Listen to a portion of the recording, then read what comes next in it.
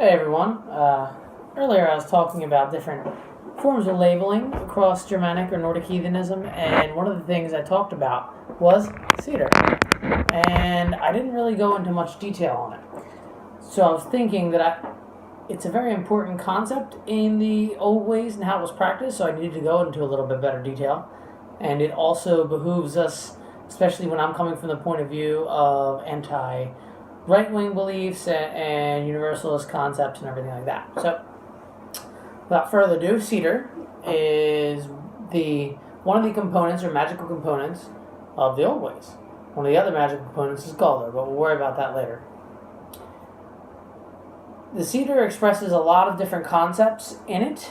An individual is, if powerful enough, can be to the point of a sorcerer, something that might exist in our collective unconscious as Northern Europeans, as an expression of the wizard that accompanied many of the fabled kings, like someone like Merlin, so to speak, but I don't want to go into a bunch of other words that wouldn't work in English because they are Germanic of origin, or North Germanic of origin.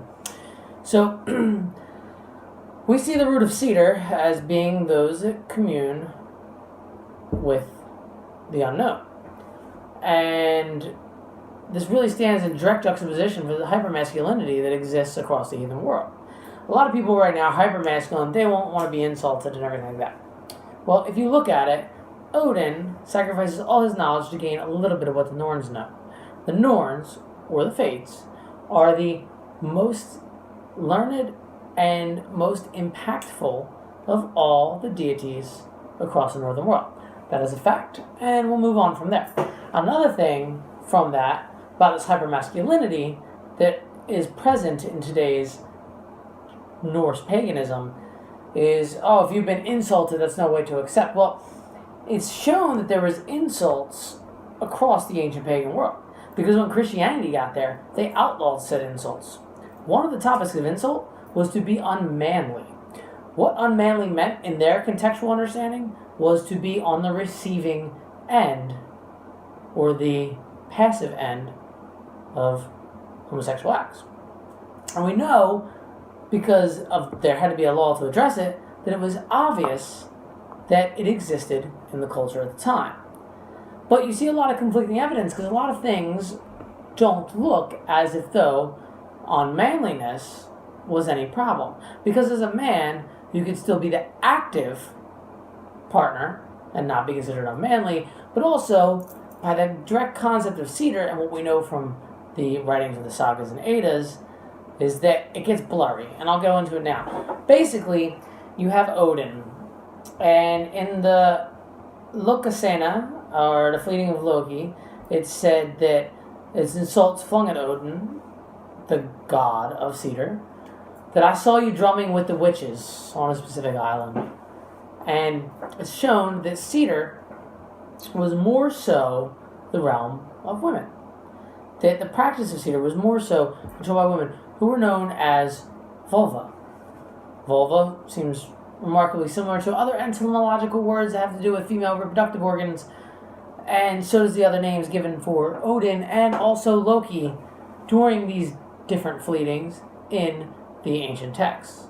But I will stick to this one where Odin's accused of that. So Odin responds to Loki in a similar insulting manner, talking about the different things Loki had done. Now everybody knows, or most people know, the story where Loki actually, as a mare, fathered Sleipnir, Odin's famous horse.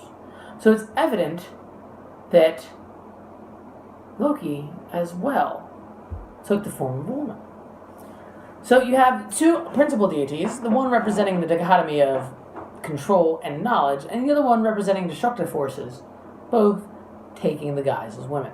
It's just very, very significant. So also, in a poem called Helgi Hundesbeine, I think, there are two different names for both Loki and Odin presented, where they are speaking to each other and accusing themselves of the same acts over and over.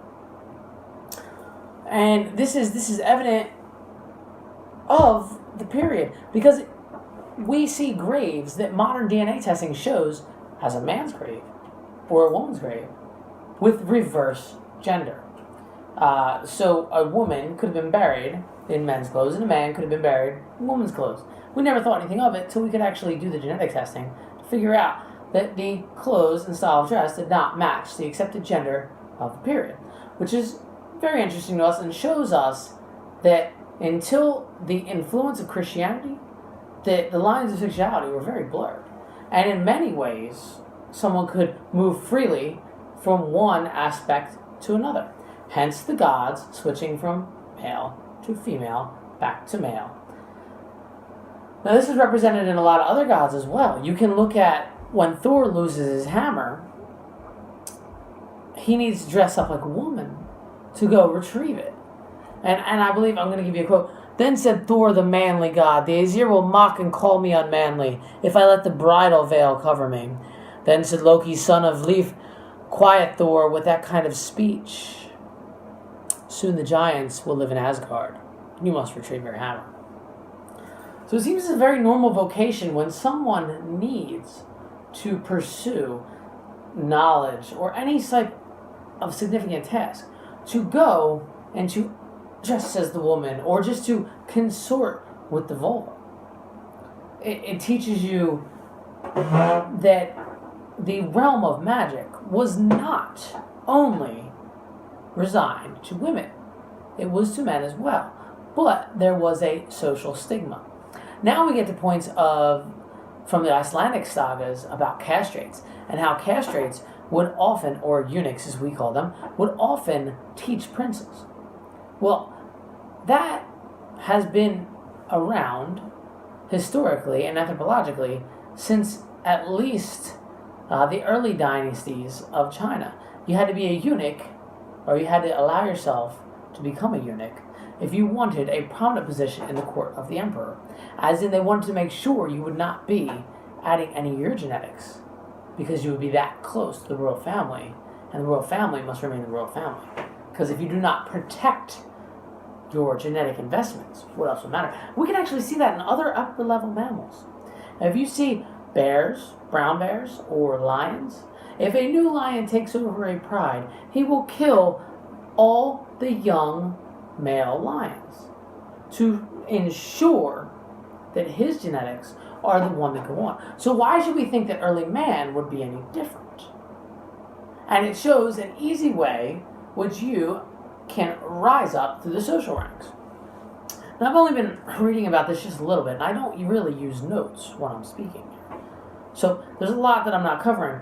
But the very concept of Sidr and what it represents, and the fact that it exists in the Sidr name, shows the great amount of tolerance and egalitarianism that existed in the ancient Nordic world. As I've talked about before, the ancient Nordic culture was the only one where women could inherit, divorce their husbands, have their husbands legally killed for striking them. So with that, they are also the ones that can commune, can be all powerful. There's stories of Sidr where the women go and they change the course of storms, and they can affect crops and literally change the weather or fortunes of those around them. And why would someone such as Odin, the far-traveled, Odin the one-eyed, the wanderer, who will give up anything for knowledge, why would he not encompass everything that is femininity to become greater at Sidr? And he was known as the god of Sidr. So people would pray to him or worship towards Odin to achieve more in Sidr. And it's very, very interesting, because I think in the Lokasena, Odin's name literally becomes earth womb, just like vulva. It's always back to almost the Proto-Indo-European Venus figurines. Women have always been the go-between between shamanistic rites and the world we live in. Every ancient culture had shamans. From Tierra del Fuego, in the southern tip, the last colonized area of the earth of South America, to the northern world, to the northern world of the old world, to Central Africa where mankind first came from. The Neolithic cave drawings in France and Germany show shamanistic rites. So it makes sense that the God, the All-Father, would encompass all of this. And all it does to show his blurring of gender roles, all it does is to show his powerfulness, all the gods' powerfulness. Even a goddess like Skadi, who runs with wolves and controls the destiny and hunts of the seasons, she is still more masculine than most women. Freya, goddess of beauty, is free to rules her own lands and is free to take whatever husband she wants at any time. She chooses half the people of the slain to go to her hall. She has no man dictating to her. So it's just an interesting muse to look back and to look at our ancient cultural heritage and to understand that the gender roles and the xenophobia for different types of lifestyles has been put over mankind after the Christianization period.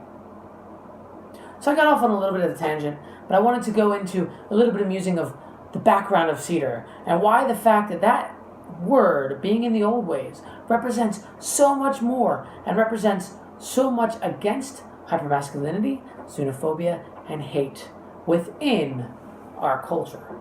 So remember, just as they mocked Odin, the master, the All-Father, for being unmanly, did not stop him from getting knowledge, did not stop him from being the one that could provide the most strength to those that wished to influence the physical world around them through the practice of Sidr and ancient shamanistic rites.